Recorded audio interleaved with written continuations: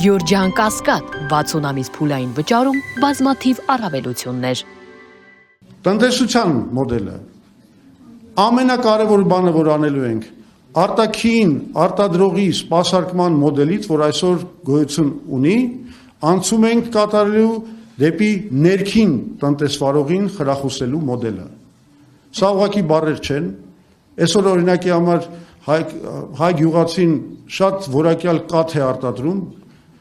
բայց նա չի կարողանում այդ ծախել, որովհետև այլ երկրներում արտադրված անորակ կաթի փոշին բերում են եւ դա է այն կաթը, որ սպառում է մեր բնակչությունը։ Այսինքն այս մոդելը պետք է փոխել։ Մեր ամբողջ մոդելը ոնց որ օգնում է աշխատում է այլ երկրների տնտեսության վրա։ Մենք պետք է սա լրիվ շրջենք եւ գնանք նոր մոդելի, որը սպասարկելու է մեր ներքին տնտեսվարողին։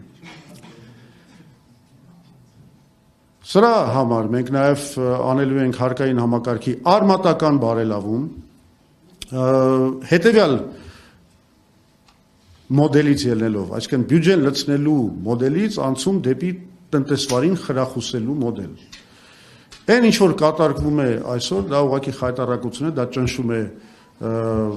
հայ գործարարին։ Մենք առաջարկում ենք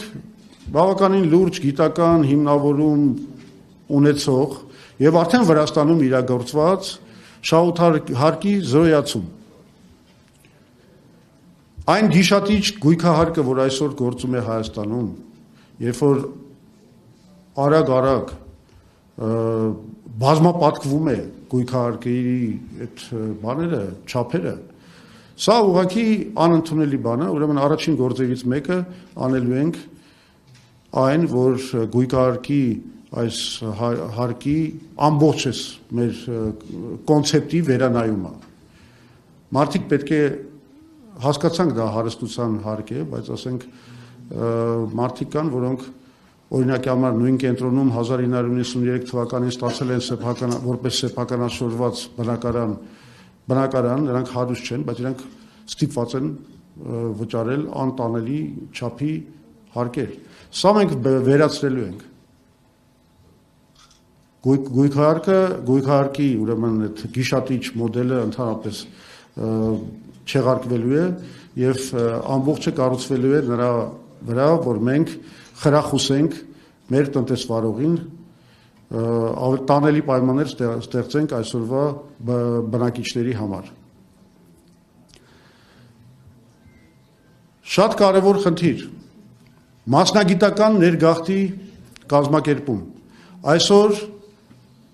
բավականին լուրջ դեֆիցիտ կա կարևոր կադրերի, ամենապարզ, ասենք զոդողների անգամ տենց մասնագիտությամբ աշխատողներ չունենք, բոլորը թողել լքել են Հայաստանը, մենք պետք է այդ մարդկանց բերենք, մենք իրանց համար պետք է ստեղծենք արտոնյալ պայմաններ, որովհետև Հայաստանի տնտեսությունը չի զարգանում շատ դեպքերում այն պատճառով, որ բավականին կարևոր մասնագիտությունների առումով մենք արդեն չունենք մասնագետներ։ Նրանց բոլորին պետք է հետ բերել եւ մենք հատուկ պետական քաղաքականություն ենք անելու այդ կապակցությամբ։ Մենք վերականգնելու ենք նաեւ պրոֆտեխնիկական ուսումնասարանները, որոնք ուղղակի ոչնչացվել են այս ընթացքում։ Մենք վերականգնելու ենք գյուղատնտեսության նախարարությունը։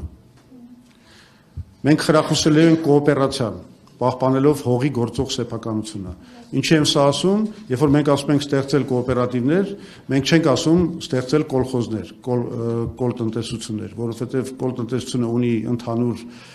սեփականություն, իսկ մենք խոսում ենք այնպիսի կոոպերացիայի մասին, որը պահպանում է անհատական սեփականությունը։ Եվ դա կհեշտացնի գյուղատնտեսության նախարարությունից տրվող օգնությունը վառելիքի, սերմացուի, պարարտոնյութի ձեռքբերման գործում, ինչպես նաև իրացման հարցերում։ Նաև շատ կարևոր է հասկանալ, որ մենք պետք է գյուղացուն տանք հնարավորություն ինքը ինքնուրույն մշակի իր հողը կամ գնա իր հողը վարձակալությամբ տալու խոշոր մշակողներին։ Եվ գյուղատնտեսության նախարարությունը կարող է հենց այդպիսի միջնորդ դառնա այդ անհատ ֆերմերների կամ նրանց կոոպերացիաների մի կողմից եւ խոշոր հողամշակողների հետ միջև մի կարևոր գաղափար ենք ասում մենք պետք է ստեղծենք ոնց որ Հոլանդիայում կա ջրի կառավարման նախարարություն ջուրը մեր ամենակարևոր ստրատեգիական ռեսուրսներից մեկն է որը ամբողջությամբ վատնվում է մենք շատ քիչ ենթակառուցվածքներ ունենք, որը թույլ է տալիս ջուրը հավաքել, պահել եւ բաշխել։ Ըստ էության ամբողջ ջուրը գնում է հարևան պետություններ։ Մենք սրա վերջը պիտանք, մենք պիտի կառուցենք շատ լուրջ համակարգ ջրի կառավարման, որպեսզի մեր գյուղացին, որը այսօր իր համար ամենակարևոր պահին մեկ էլ զրկվում է ջրից, այդ ջուրը ստանա։ Մենք ստեղծելու ենք այդ արդար համակարգը առաջին հերթին, որովհետև մենք ստեղծելու ենք ջրի կառավարման լուրջ կարողություն Հայաստանում։ Իսկ եթե դրանից հետո ավելցուկ մնա, մենք այդ ավելցուկը ծախելու ենք հարևան երկրներին։ Ամենակարևոր կետերից մեկը այն է, որ մենք հասկանում ենք, որ Հայաստանը տնտեսական զարգացման հնարավորություն չունի, եթե ինքը չի դառնում առաջավոր ասենց ասեմ, ժամանակակից տեխնոլոգիաների կրողը, թեկուզ խորշային տեխնոլոգիաների առումով։ Եվ մենք զարգացնելու ենք խորշային բարձր տեխնոլոգիաները Հայաստանում, այսինքն այն տեխնոլոգիաները, որտեղ մենք կարող ենք դառնալ առաջատար։ Օրինակի համար չիպի դիզայնի հարցում եւ այլն եւ այլն։ Պետության կողմից մենք ֆինանսավորելու ենք, ինչպես դա ամբողջ աշխարհում ընդունված է, նկատի ունեմ տեխնոլոգիապես առաջավոր երկրներում, գիտահետազոտական աշխատանքները, R&D-ն։ Մենք ամբողջությամբ ազատականացնելու ենք ֆինտեխը, այսինքն ֆինանսական տեխնոլոգիաները եւ կրիպտո ինդուստրիայի, որը ես կկոչեի ծածկ արդյունաբերություն, այս ամբողջ բնագավառը։ Այսօր Հայաստանը, չգիտեմ ինչու, շատ պահպանողական դիրք է գրավել այս հարցերում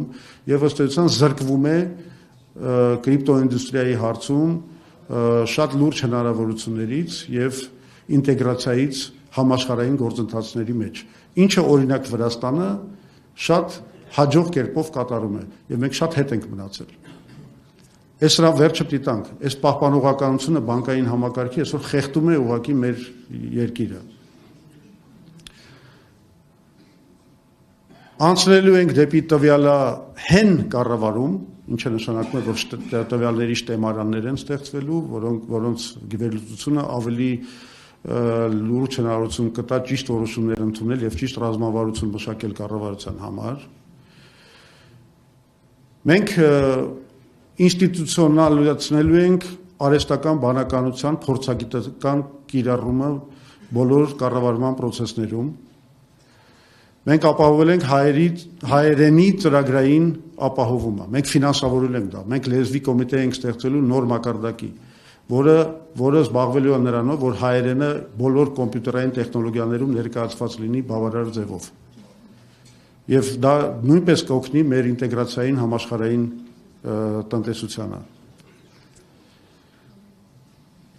Կարևորագույն բանը, տեխնոլոգիաները պետք է դառնան մեր տնտեսության զարգացման լոկոմոտիվը, ավելին կասեմ։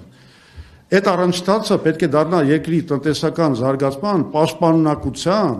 բանակի ամրապնդման, գիտության, կրթության, առողջապահության, ճարտարապետության եւ մշակույթի կոորդինացնող լոկոմոտիվը։ Այդ բնագավառները պետք է միավորվեն մեկ միասնական համակարգի հետ։ Մեր զինվորները, որոնք օրինակի համար բան են անում, երբ որ բանակ են տանում ու պարզվում է, որ IT բնագավառում աշխատող կամ լուրջ հմտություններ ունեցող մի երիտասարդ իր կարողությունները չեն օգտագործվում բանակում։ Բանակում պետք է լինեն հատուկ միավորներ,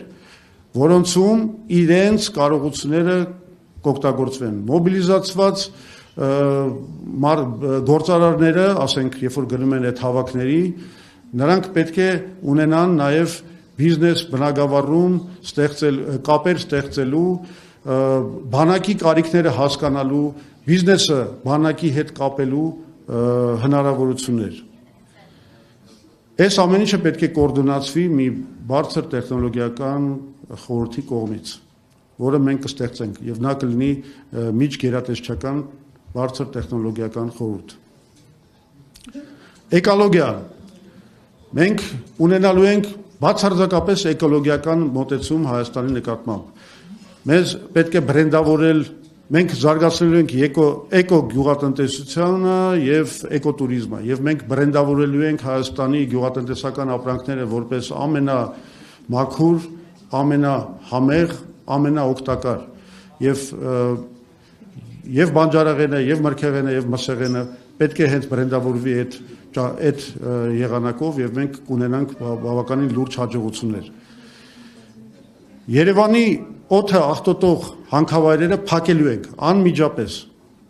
եւ կոնսերվացնելու ենք այնպես որ այդ փոշին այլևս չաղտոտի մեր օդը։ Վերացնելու ենք աղբավայրերը։ Դրանք փոխանակելու ենք աղբա մշակման գործարաններով։ Մենք խստացնելու ենք քաղաքաշինության նորմերը հենց էկոլոգիայի առումով։ Մենք այսօր Հայաստանում ունենք կանցերածին մի հատ միջավայր եւ այդ պետքա վերացնել։ Հանքարդյունաբերության վերաբերյալ մեր մոտեցումը լինելու է հետեւյալը. հետագա ծավալման վրա մենք դնելու ենք արգելք։ Գործող հանքարդյունաբերական տնտեսվարողների գործունեության նկատմամբ խիստ էկոլոգիական չափանիշների կիրառում։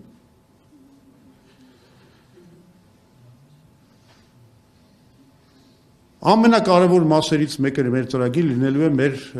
քաղաքական համակարգի առողջացումը եւ համակարգային փոփոխությունները մեր կառավարման մոդելի։ Առաջինը այդ հիմքում ընկած են լինելու համակարգի առողջացումը, ներառականությունը, մեր պետությունը պետք է դառնա ներառական պետություն,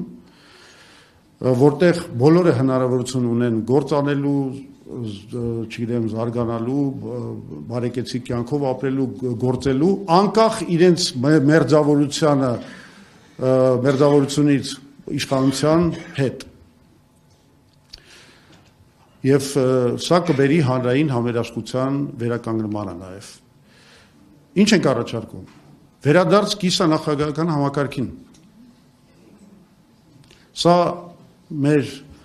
անկախության հենց ակունքում ընդունված մոդել է 91 թվի նախագահի մասին սահմանական օրենքով եւ մենք պետք է դադարեցնենք այս էքսպերիմենտները կառավարման մոդելի հետ, այն ինչ որ մեր ժողովուրդը կոնսենսուսով, ընդ որում բացարձակ կոնսենսուսով ընդունել է 91 թվին, այդ մոդելը պետք է վերականգնվի եւ այսուհետեւ երբեք չփոխվի։ Դա նաեւ կնպաստի մեր անվտանգության ամրապնդմանը։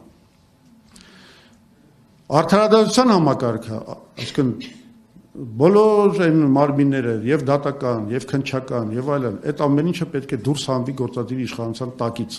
Մենք պետք է ստեղծենք անկախ մարմիններ, որոնք ձևավորելու են այս մարմինները։ Ընդ որում ոչ միայն արդարադատության համակարգը, այլ նաեւ ընտրական հանձնաժողովը, հանրային հեռուստատեսությունը, հանրային ռադիոն, այս ամեն ինչը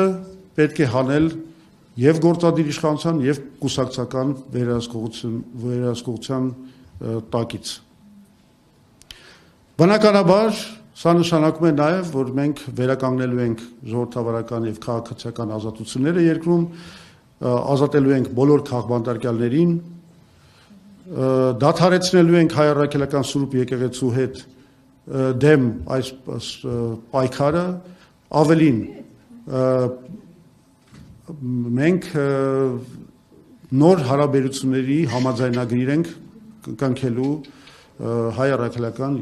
Սուրբ եկեղեցու հետ։ Մենք պետք է պաշտպանենք իրենց իրավունքները, իրենց արտոնությունները եւ վերջ տանք այս պառակտությանը, անօրենությանը, պղծությանը, որ այսօր անձամբ վարչապետը գործում է երկրում։